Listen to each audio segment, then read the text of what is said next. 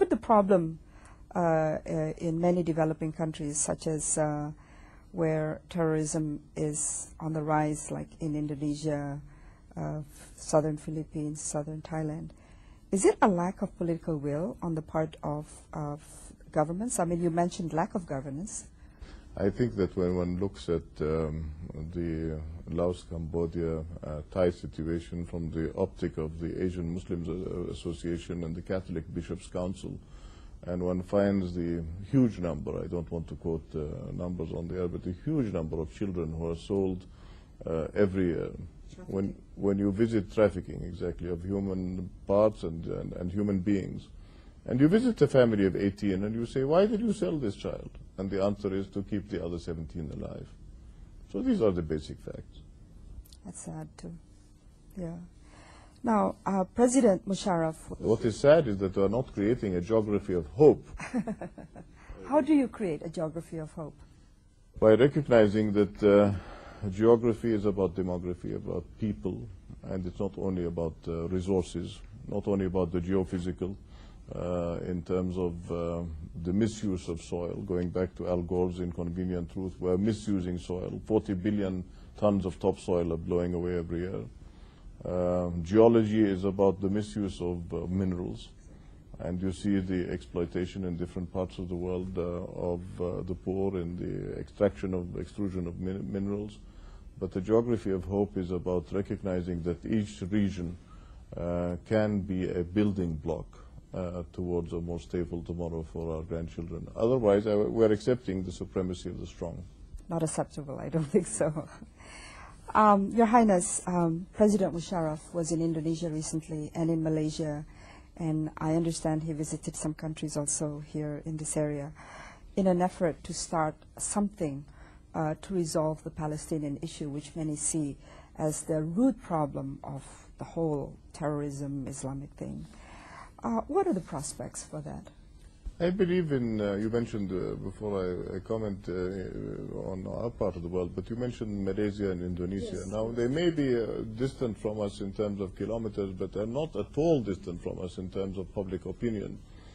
Whenever there is an outrage in terms of excavations in Jerusalem, you see Muslims demonstrating in Indonesia and Malaysia and Bangladesh. There is a strong affinity, and I think that it's hugely important that these outer perimeter Muslim communities and countries play a stabilizing role in our region. And for that matter, when I heard that Malaysians and Indonesians might be offering troops for UN peacekeeping in Lebanon, I personally was quite optimistic. It wasn't possible because of the non-recognition issue with Israel, but I do think that the time has come to point out that Muslims should not be stereotyped as the Shia of South Lebanon, with all due respect, or the Sunni of Iraq. The time has come to recognize that Muslims are a part of the fabric of our world, whether in the House of Reconciliation, in the states in Europe, where you have millions of Muslim migrants, either because of the ongoing war in Iraq or in Palestine. And you have, of course, a huge Christian Arab community. But what are the practical steps? I think that the focus on a process in Palestine is the work of the quartet, obviously. But at the same time, I think that the quartet, the three Security Council members, the United Nations, the Russian Federation have to realize that unless there is a will shown by Muslim countries in the region, moderate Muslim countries in the region, it's going to be very difficult to contain not only extremism, but the reasons for extremism. And I was very happy to see this meeting taking place in Saudi Arabia, the reconciliation between Hamas and Fatah.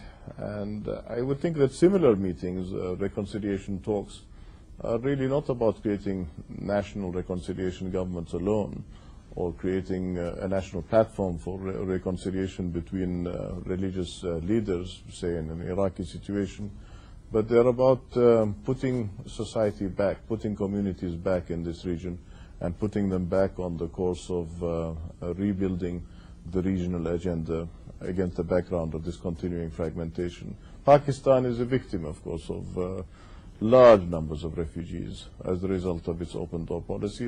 In the same way, Jordan has been the host for a large number of refugees. And I think that this movement is a clear indication that Pakistan care, that the whole South Asian community is aware, that Southeast Asia is aware, and this is why we come to Islamabad now to focus more intently on the West Asian dilemma. Can we continue to live with this Shia-Sunni divide, this Ajam-Arab divide?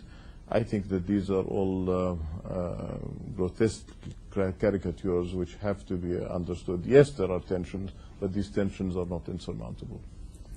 I sense some optimism in what you're saying.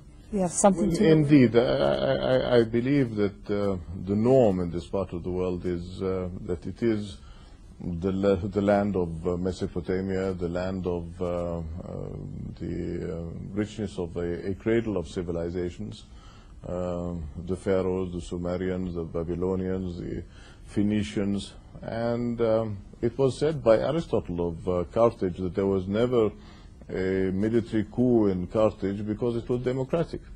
And I think that when leaders move to emphasize the importance of people participation, then we are on the right track. I think you're right. So on that note, Your Royal Highness, thank you very much again for your time. Thank you very much.